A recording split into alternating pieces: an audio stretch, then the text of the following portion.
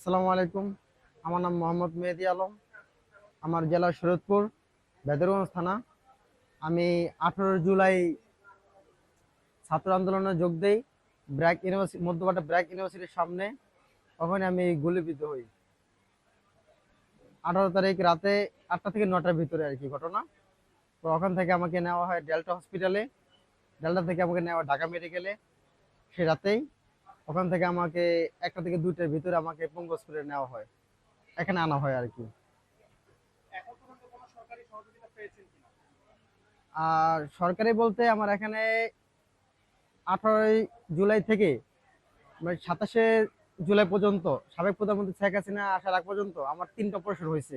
এটা নিজের টাকা খরচ হয়েছে, ঠিক আছে। ওখান থেকে প্রায় আমার 60 থেকে 70 হাজার টাকা তখন খরচ হয়েছে।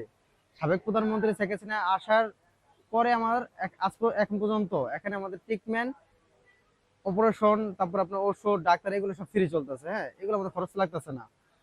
তারপর বাইরে থেকে আমার যে নিজের ব্যক্তিগত কিছু খরচ আছে, প্রতি 1000 টাকা 1200 টাকা, এগুলো নিজের খরচ হচ্ছে আর কি। হ্যাঁ, আর সরকার থেকে আমার ওরকম ভাবে কোনো আর্থিক সহায়তা আমরা কোনো পাইনি এখনো।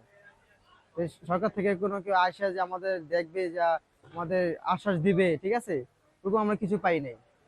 বা বৈষম্য ছাত্র আন্দোলনে যারা ছিল, হ্যাঁ, ছাত্র আন্দোলনে যারা আছে, তারাও ওরকম ভাবে আমাদের কোনো আশ্বাস এখনো দেয়নি আর কি। কোনো খোঁজখবর আমাদের কাছে এখন আসে নাই, আমাদের কাছে এখনো। একটাই দাবি, ঠিক আছে, আমরা যারা এখানে গুলিবিদ্ধ অবস্থায় আছি, আমাদের বাসায় গেলে কিন্তু আমাদের কেউ দেখবে না, বাসায় গেলে কিন্তু খোঁজ খবর নিবে না আমাদের কেউ, ঠিক আছে। অনেকে বাসায় চলে গেছে, ট্রিটমেন্ট শেষ, অনেকে বাসায় চলে গেছে। আমার ট্রিটমেন্ট লং টাইম চিকিৎসা। হ্যাঁ, আমার 8টা অপারেশন হয়েছে পর্যন্ত, আরো 2টা বাকি আছে। আমার প্রায় 6 ইঞ্চি হাড় নাই, আমার পায়ের পাতার রক নাই। হ্যাঁ, আরো 2টা অপারেশন, বড় বড় অপারেশন 2টা বাকি আছে।